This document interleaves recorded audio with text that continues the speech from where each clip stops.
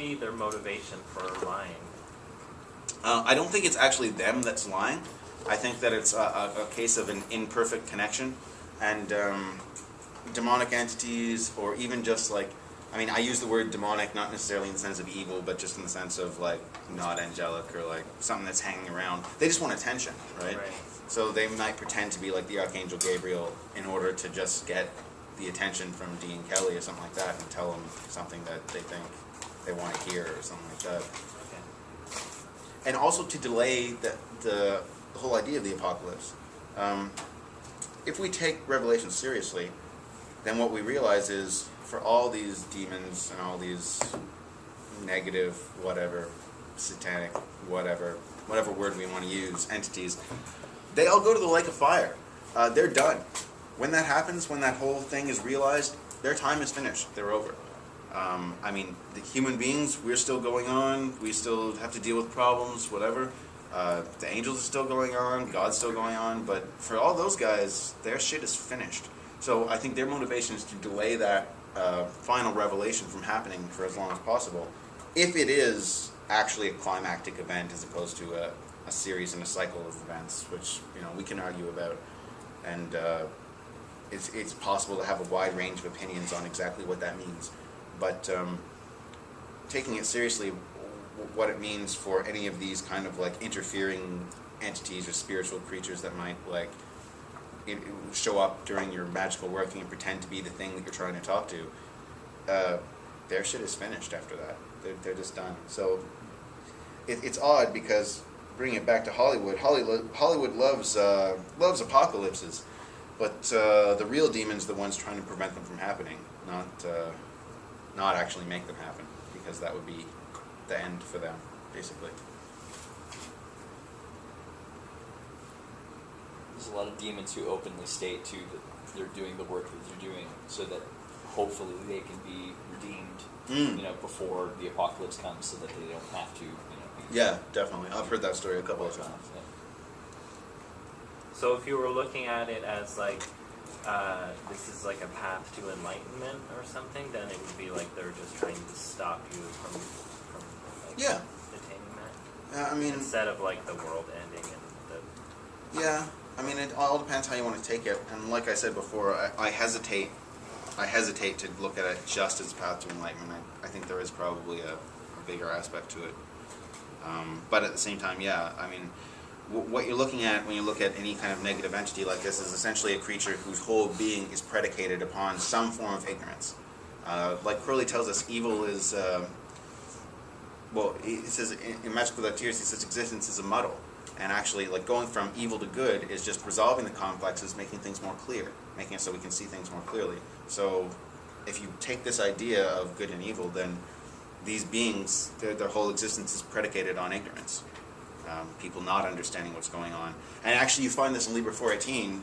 We're going to talk about this a lot more later. This is one of my favorite subjects.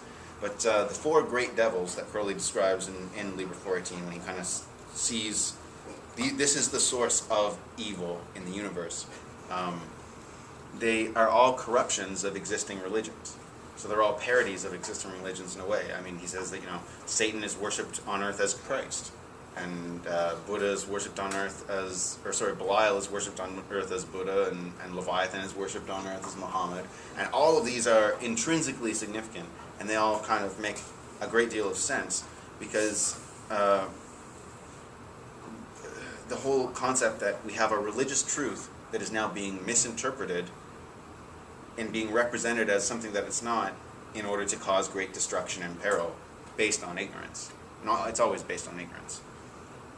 And that's kind of the foundation of these sort of evil ideas. But Crowley is very clear that in his system, evil has no independent identity. In Liber 5, I believe he says, the idea of evil independent of conditions is fatal to philosophy. So evil to him is always misunderstanding something that's true, or misrepresenting something that's true, or taking something that's already accurate and putting it out there in a different form. Because he doesn't really believe that evil has its own identity. It's always got to corrupt it's the corruption of something good, or the parody of something good. How are we all doing? I think in terms of enlightenment too, it's important to see that enlightenment through Enochian is more of a byproduct for them, for the Enochian spirits. Like, they're not here. They're not so here to we enlighten can be us. enlightened. No. We're here so that they can get the apocalypse going. Right. They don't care how much we understand, really. That's not what it's about to them. And I think there are times, particularly with Dee and Kelly, that like you can see their frustration really coming forth in that when they're interacting with them, because Dee is like, oh, you know, we're looking to understand this, we're looking to understand that, and they constantly tell them, you know, understanding, like, we're not here to give you understanding. It's too much for you. We're not interested whether you understand or not. Just do what we say, basically. And then it becomes the question of, okay, how much do you trust? And that's where Kelly kind of falls off, because he really doesn't trust them. He's really not happy with the whole do as I say, not as I do kind of idea.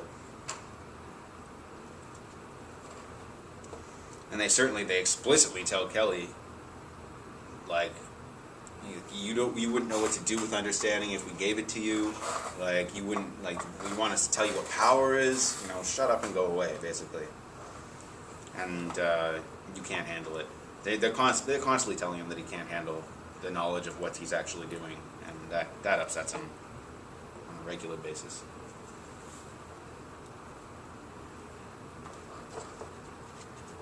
But yeah, it is about coming up with the final result in the product, as opposed to, I don't know, and that's a problem with the whole occult community in general, is people are predisposed to think that it's about them, or it should be more about them, and this is the criticism that you see in different religious communities when people make conversions. You know, when I did religious studies, one of the things that we looked at was what motivated people to convert to a different religion. And this is very significant, because usually one of the things that I find most interesting is when, you know, a lot of the people I went to school with, they would convert to these Eastern religions and stuff like that. Like, they become Buddhists, they become Hindus, which, and usually if you scratch the surface and you looked underneath, they would be converting to these religions because they weren't in